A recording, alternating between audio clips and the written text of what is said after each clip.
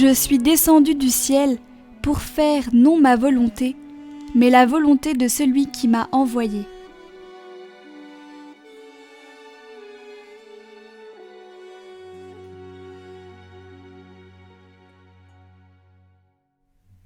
Chercher à obéir, c'est avant tout chercher à être intelligent. Si aujourd'hui beaucoup considèrent l'obéissance comme une soumission, il n'en est rien. L'homme est créé spirituel, intelligent et volontaire. Si faire confiance est une chose, abdiquer sa volonté et son intelligence ne relève pas de la nature humaine, mais de la dégradation. En revanche, chercher une volonté plus grande et belle que la sienne, chercher à comprendre ce qui est plus grand que soi, voilà ce qui élève l'intelligence de l'homme et peut donner sens à sa vie. Demandons donc à Dieu de réajuster notre regard sur l'obéissance, de l'orienter vers la vérité.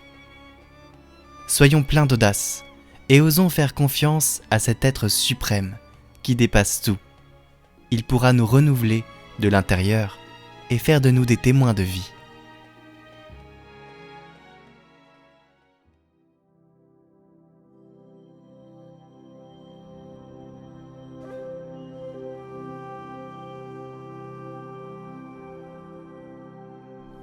Bienheureux Joseph, mon aimable protecteur, faites-moi comprendre aujourd'hui la nécessité et les avantages de cette obéissance aveugle dont vous m'avez donné de si beaux exemples.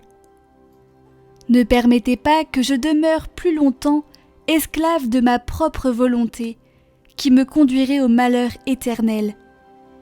Avec votre secours et celui de votre divine épouse, je prends la ferme résolution de travailler de tout mon pouvoir à acquérir cette obéissance pleine de soumission et de confiance qui me fera triompher de tous les ennemis de mon salut et qui me conduira infailliblement au ciel où j'aurai le bonheur de vous voir et de vous aimer à jamais dans la société de Jésus et de Marie.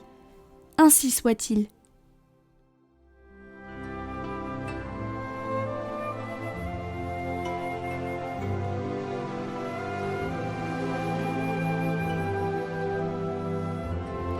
En cette semaine, je réduirai ma consommation des nouvelles technologies et des réseaux sociaux pour me concentrer sur l'essentiel.